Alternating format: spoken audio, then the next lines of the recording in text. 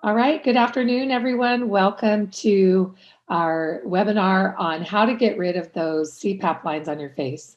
I'm Laurie Ledley, and this is Andrew Nabors, our expert respiratory therapist, who I'm always talking about on all my webinars.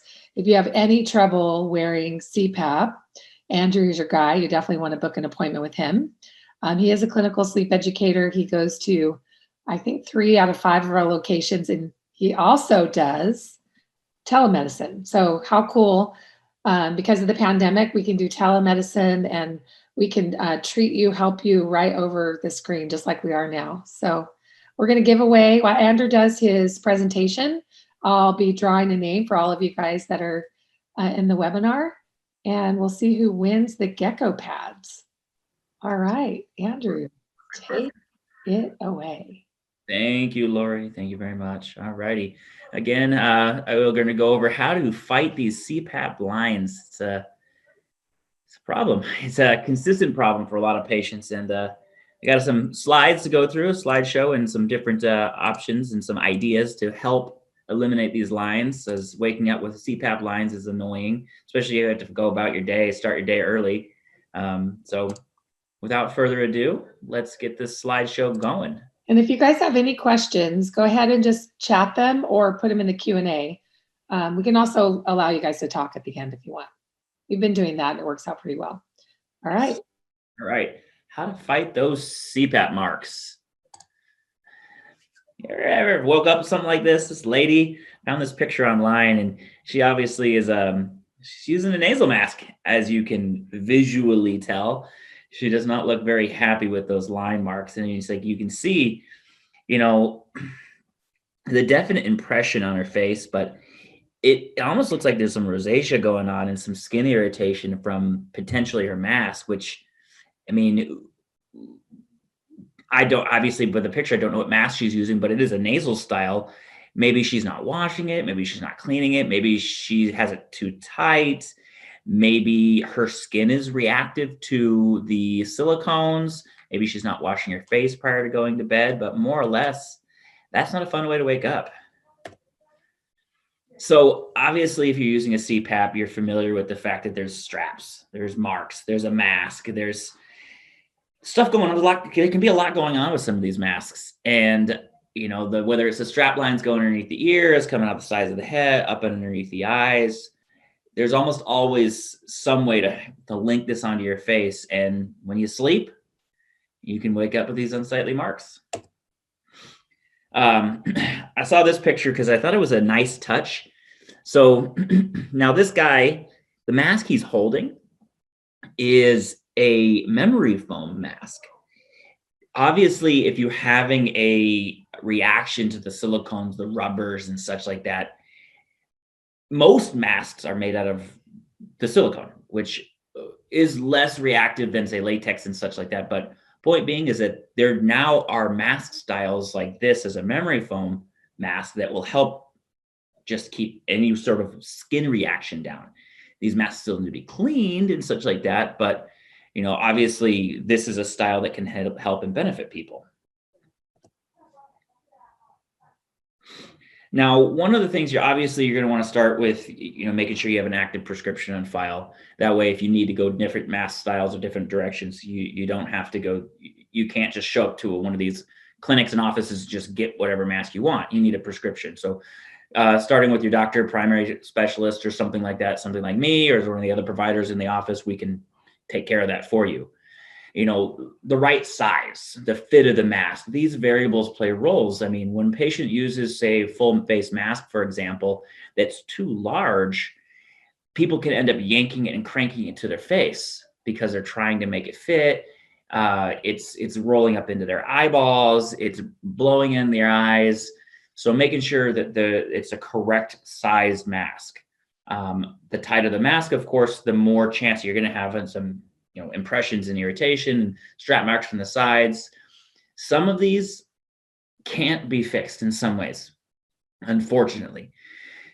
A lot of it could be dependent on the type of mask you have to use or you're more comfortable using. And obviously, if your system has to produce a high air pressure, in order to sustain that air pressure in your mask, you will need some tension on the mask. Obviously, you need a snug fit to not keep it from leaking from every which way, and it limits the shifting and gapping, and ultimately you could get lines on your face from having it overly tightened. This mask right here, this is an interesting line of masks called Dreamweaver. They're all cloth masks. Like even the material, the framework, everything is all cloth. They're obviously hypoallergenic because they're cloth. Strap covers and different things can help fix these seals and such on your face. These masks, their effectiveness isn't as good. They have a tendency to leak quite a bit, just because there's no specific framework to really hold it in place. It's a lot of, like I said, the material's all cloth. I've had marginal success with these masks. They do exist. They can still be billed through insurance. We do sell them. They are, they generally have to be special ordered if this is something, a direction a patient wants to go. But there's different paddings and different things you can put between the face and the skin. Stuff like REMS, Silent Night, Padacheek. So REMS and Silent Night are liners that specifically go between the seal and the skin. Okay, they're disposable. They're just like they kind of morph around the seal of the mask, and they help reduce skin irritation, allergic reactions. They can help seal the mask in some ways. And Padacheek is a company that I highly recommend. I use them a lot for patients who either are dealing with direct mask skin irritation, or as you can see in this picture, where the strap lines are. One of the things about the strap lines is that these straps are generally about a ½ inch thick or so. And if you need the mask snug, you got this ½ inch thick line just driving into the side of your face, your head, or even in the back of the neck. And when you put a pad like this is just like a fleece lined pad that goes and wraps around the padding or the mask, and it keeps it from cutting and digging into your skin. It obviously makes it softer, more comfortable. It spaces out. It makes the surface area a little larger, which helps comfort and then eliminate marking. This particular mask, where the cuts underneath the eyes, when a patient lays on their sides there, they can have a tendency to feel where the mask is and the plastics and stuff from the framework. So this amplifies the comfort of the mask. Padacheek, like I said, I've known about her for a long time. She makes an entire array of pads, leak mask stabilizers, lots of different products that I send a lot of patients to her. I probably should take stock up in that company because I'm probably making her a mint.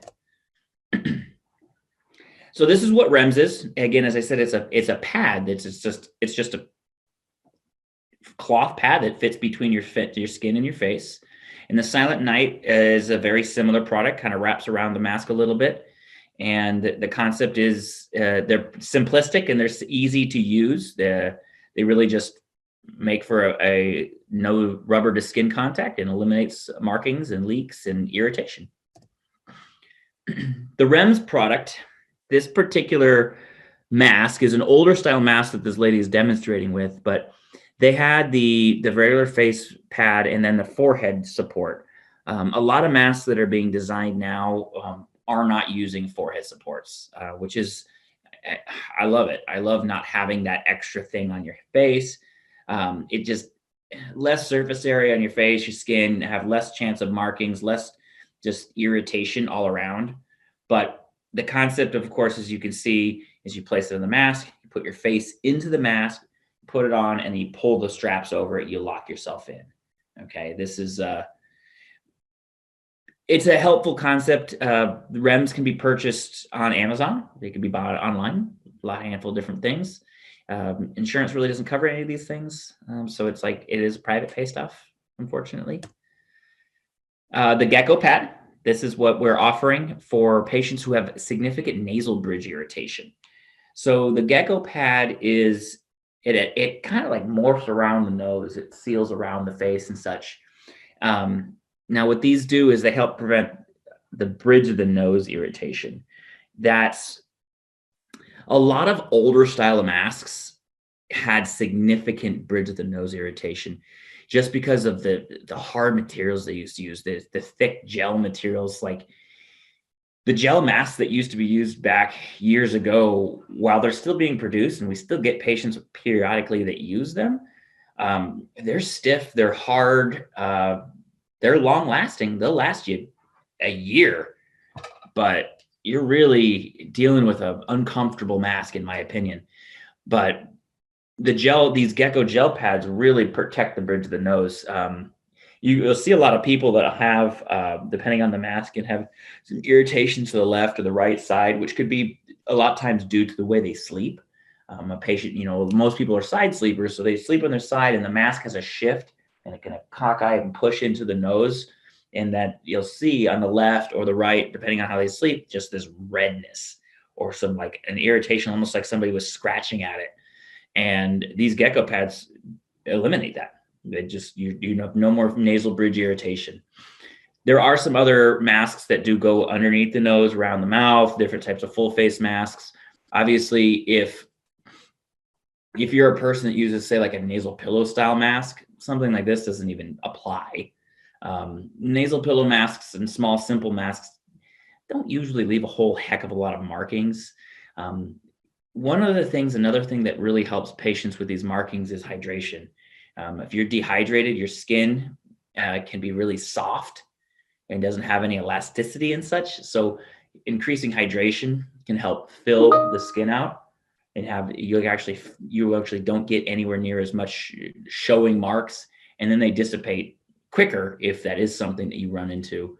I've had patients put ice on their face, things to help keep the swelling down.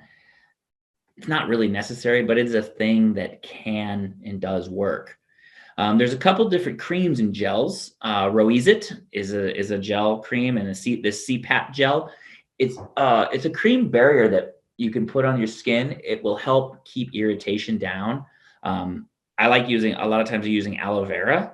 That helps keep irritation and chafing and issues down, because obviously it's water-based. It's good for your skin.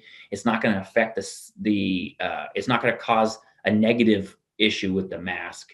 Like once in a while you get people who use petroleum jelly and stuff, and you want to avoid that. Petroleum jelly that actually causes a breakdown of the seal, causing it to wear out faster. And it's hard to get off your skin because it's actual, it's a thicker product. The CPAP gel is just a simple tube. Of course, it helps eliminate air leaks. One of the common things for these full face masks when they start to leak, when they're too loose, is they make that wonderful vibrating sound. That sounds like, if you've heard it, we all know what it sounds like. These gels and stuff, it does have the aloe vera and such in it, so it's very good for your skin. As you see here, it restores the appearance of smooth and healthy skin. So they're a benefit for anybody who's using a CPAP. Sometimes when I have a patient like myself, I have a beard. In order to get a quote unquote good mask fit with facial hair, is they have to really ratchet this mask down. And then of course, by cranking the masks down, you're going to get a lot of irritation from where it presses in the jawline, underneath skin, or the sides, the back of the neck. So I'll have patients, I'll recommend using like a beard wax, something on there, something around where the mask sits, because obviously it's going to be better for the beard and probably a tacky seal. And then of course the CPAP gels would work as well. So I selected this picture for reasons of years ago, diving back into that, the gel masks and the older styles of masks. They had a lot of marks on the face just from the stiffness. And as I said, the bridge of the nose was a prominent area. You get people who look like they get them in a boxing matches. Just the nose is all beat up and cut open and such. So this mask came in the market in like 2009, 2010. And the idea was to help eliminate markings on the bridge of the nose. This mask covers your whole face. It's an aggressively large mask. I had a lot of success with it. Funny as it speaks, It was also touted as a mask to help with claustrophobia. I never grasped that mental concept because this would make me more claustrophobic, but that's what it existed in the market for. But there was people who legitimately had significant nasal bridge breakdown before these liners and paddings and stuff existed. So this was the mask that they used. So, ultimately, if you're tired of these mask marks and lines and such, selecting the correct style of mask plays a huge role. I mean, changing to alternative styles, looking to maybe something smaller and simpler are always beneficial. And if you're committed to the mask you're using, some of the liners like the Padacheek, the REMS, or the stuff like the Silent Night, those are products that can be highly beneficial just to help comfort the mask and and keep irritation down, help keep leaks down. Of course, on the sides of the face and the neck, it can help just make it much more comfortable night. So the hydrating creams and stuff are always helpful for women as well. And of course, if you need supplies, new mask, proper mask fittings, we can be reached at 480-830-3900. If you're a patient of Valley Sleep Therapy, you get your masks or supplies through them. Of course, you can reach out to them, alternate getting different styles of masks. If you use an outside vendor versus us for insurance reasons or whatnot, I can take care of and manage all kinds of CPAP mask issues and leak issues. And a lot of times I'll email you a link to click on to take care of, like, this is where you should go to find this product. This is where you should go to find that product. And it facilitates your ability to be successful with treatment. And I mean, ultimately, in the grand scheme of life, if we didn't have to use a CPAP, we didn't have to have a mask on our face, we wouldn't. Nobody in their right mind is chomping at the bit to want to put a mask on their face to sleep.